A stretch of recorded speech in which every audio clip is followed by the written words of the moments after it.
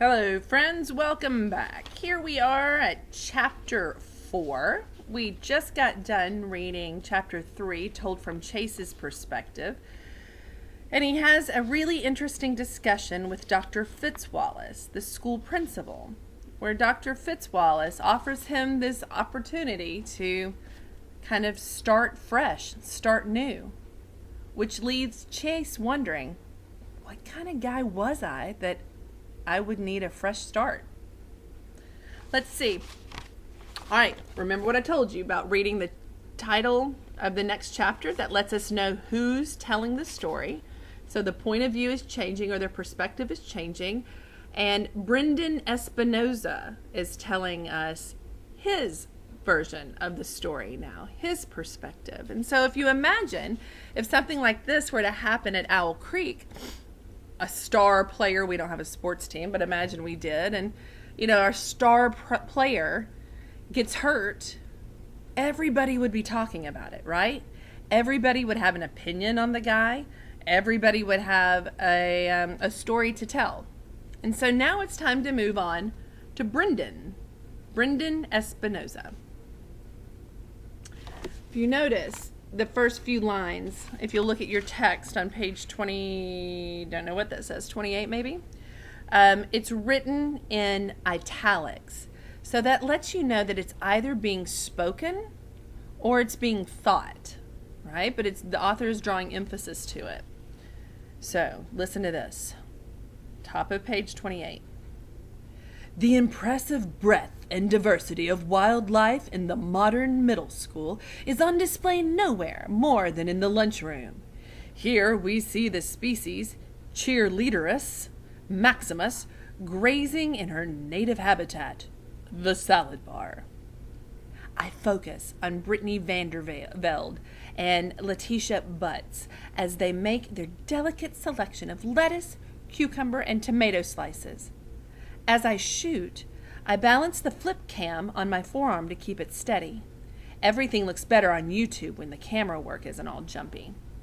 So what do we know about Brendan? It's a YouTuber, right? A longing glance in the direction of the pizza table. I continue my narration. But alas, it is not to be. For Cheerleaderus, this meal is garnished with a radish rose and fat-free dressing. And wait! I pull back the shot to include Jordan McDaniel, headed out of the food line with a heavily laden tray. That means a full tray of food. How could it be? Yes! A rare Clumsius faldownus. See how he's making up fake animal names for these species of middle school students? He's got Cheerleader Maximus and Clumsius faldownius, weaving his way to the nearest table. You can do it, Clumsius. Uh-oh, there goes the soup and that orange rolling across the floor. Oh, man, this stuff writes itself. Who needs a script when you have real life? And now we leave the relative safety of the food line and venture into the lion's den. I go on, panning the camera over to the corner table where Aaron Heichman, Bear Bratsky, and some of their football buddies are eating too much and laughing too loud. This is the land of the carnivores, where lesser animals fear to tread. Didn't I know it? I'm filming on maximum zoom, even though it's bound to be a little blurry. I sure don't intend to get any closer and get fed my own video camera. But where is their leader, the apex predator? Could that be him paying for a pack of Fig Newtons at the cash register? Yes, it is. The king of beasts. What did they call him? Footballus herois. His thunderous footsteps striking terror in the hearts of all creatures great and small. Watch him make his majestic way to... And as I pan my flip cam to follow Chase Ambrose's path to his football buddies, he disappears from the frame. I frown. He's not going over there. He's headed to somewhere else. I get him back into the shot and struggle to continue my voiceover. But wait, mighty Footballus has changed his direction. He's taking his mighty self to a different table. For reasons known only to his supreme mightiest, he's coming. Oh my God. He's coming here. I whip the camera away fast enough to leave a trail of burnt air hanging in the cafeteria. He's right opposite me, larger than life, and holding his tray over my table. Why is Chase Ambrose coming anywhere near lowly old me? Does he know I'm making fun of him and his friends in a YouTube video? If so, oh my God, I'm dead. No ifs, ands, or buts. My last interaction with him was the time he and his co-Neanderthals, those are cavemen, stood me against the tetherball pole and then played an intense game, the rope whipping around me. Top of page 30, until I was trussed up or tied up like a turkey. Well, I'd probably still be there if the sanitation workers haven't come to empty the dumpster that day. Actually, I'm lucky I wasn't in the dumpster. Those jerks bullied Joel Weber so badly that his folks finally sent him off to boarding school. Anyone sitting here? Chase asks. I glance up, expecting to get a face full of something. Like he's standing there, looking like he's never laid eyes on me before. My mind screams, "Red alert! Red alert!" But I aloud say, "Help yourself." He takes a seat and then actually spreads his napkin across his lap. Just like a civilized person. Although I look down at my own lap and no napkin. And probably none on any lap in the whole cafeteria. This is the weirdest thing that has ever happened. Unless, could the rumors be true?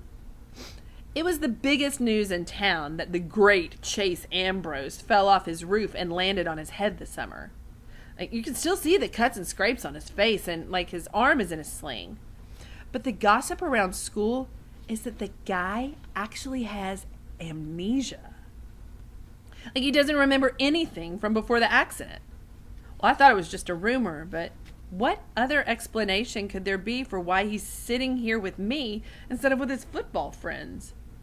And acting like a human, no less. My video on hold, I turned back to eating, and let me tell you, that's not easy when you're sitting across from the apex predator, amnesia or not. I read that some amnesia is temporary. If it all comes back to him, I could have my entire egg salad sandwich shoved up my nose just for daring to be near him. Then I noticed that he's struggling to saw away at a barbecue chicken breast. It's the dull plastic utensils that don't make it easy, especially with one arm immobilized against his chest. He's really working hard at it, beads of sweat on his brow. I speak the craziest, most foolhardy words that have ever come out of my mouth. You need help with that? No thanks. And he keeps sawing, getting nowhere, his frustration growing. I still can't explain why I do it. I get up, loop around the long table, and approach Chase from behind. Yeah, it's easier when both arms work. He battles a moment longer and then gives up with a sigh. Maybe I could use a hand, he says. So there I am, in the middle of the cafeteria, hunched over the apex predator, that means the top dog, the lead predator, cutting up his chicken. At one point, Shoshana Weber passes and shoots me a look that perfectly combines shock, amazement, and disapproval. Or maybe she's just trying to figure out why I'm sawing at his meat instead of at his carotid artery. Ugh. I finish, put down the knife, and hand him back the fork. Thanks, he said sheepishly. No big deal. I return to my side of the table and sit down and hit the floor hard. A chorus of raucous laughter explodes all around me. That's when I notice that I'm surrounded by football players. Bear puts my chair down on top of me, trapping me under it. So when he went to sit back down, Bear had pulled the chair out from underneath him, so he fell to the ground, and then he traps him underneath it. Bullies are back. Chase, man, you're at the wrong table, Aaron explains. Come with us, man. We saved you a spot. They practically kidnap him and drag him to the lion's den. A few seconds later, the chair is lifted off of me and somebody hauls me to my feet. It's Chase. Sorry, he said, looking uncomfortable. Come on, man! Over here! Comes a volley of shouts. He hesitates.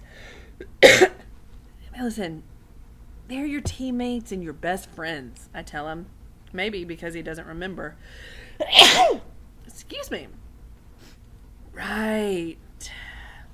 And if I didn't know better, I'd think that he wasn't thrilled with that idea. Back in my seat, I take out my camera and realize that the video has been running the whole time. There's no picture, obviously, but the audio is all there. I might listen to it later just to prove to myself that I had a close encounter with Chase Ambrose and lived to tell the tale. So now we've got our friend, Mr. Espinoza here, Brendan Espinoza.